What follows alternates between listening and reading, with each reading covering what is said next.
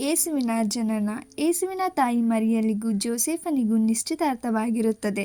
ಅವರಿಬ್ಬರು ಮದುವೆಯಾಗುವುದಕ್ಕಿಂತ ಮುಂಚೆಯೇ ಮರಿಯಳು ಗರ್ಭವತಿಯಾಗಿರುವುದು ತಿಳಿದುಬಂತು.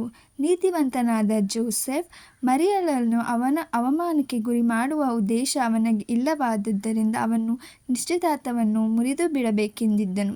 ಆತನು ಆಲೋಚಿಸುತ್ತಿದ್ದಂತೆ ದೇವದೂತರು ಕನಸಿನಲ್ಲಿ ಕಾಣಿಸಿಕೊಂಡು, ದಾವೀದ ವಂಶದ ಜೋಸೆಫನೇ, ಮರಿಯಳನ್ನು ನಿನ್ನ ಪತ್ನಿಯನ್ನಾಗಿ ಸ್ವೀಕರಿಸಲು ಅಂಜಬೇಡ. ಆಕೆ ಗರ್ಭಧರಿಸುವುದು ಪವಿತ್ರಾತ್ಮದಿಂದಲೇ. ಆಕೆ ಒಬ್ಬ ಮಗನನ್ನು ಹೆರುವಳು. ನೀನು ಅವನಿಗೆ ಯೇಸು ಎಂದು ಹೆಸರಿಡಬೇಕು ಎಂದು ಹೇಳಿದರು, ಏಕೆಂದರೆ ತನ್ನ ಜನರನ್ನು ಅವರ ಪಾಪಗಳಿಂದ ರಕ್ಷಿಸಿ ಉದ್ಧಾರ ಮಾಡುವವನು ಆತನೇ.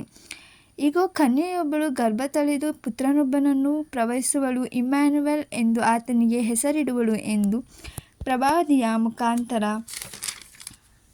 ಸರ್ವೇಶ್ವರ ಹೇಳಿದ ಪ್ರವಚನ ಇಲ್ಲಿ ನೆರವೇರುತ್ತೆ. ಇಮ್ಯಾನುವೇಲ್ ಎಂದರೆ ದೇವರು ನಮ್ಮೊಳಗಿದ್ದಾನೆ ಎಂದು ಅರ್ಥ. ಜೋಸೆಫನು ಎಚ್ಚೆತ್ತು ಆಜ್ಞೆಯ ಪ್ರಕಾರ ಮರಿಯಳನ್ನು ಆಕೆಯ ಲೈಂಗಿಕ ಸಂಬಂಧವಿಲ್ಲದೆ ಇದ್ದನು. ಗಂಡು ಮಗುವಿಗೆ ಜನ್ಮವಿತ್ತು. ಅವನಿಗೆ ಯೇಸು ಎಂದು ನಾಮಕರಣ ಮಾಡಿದರು.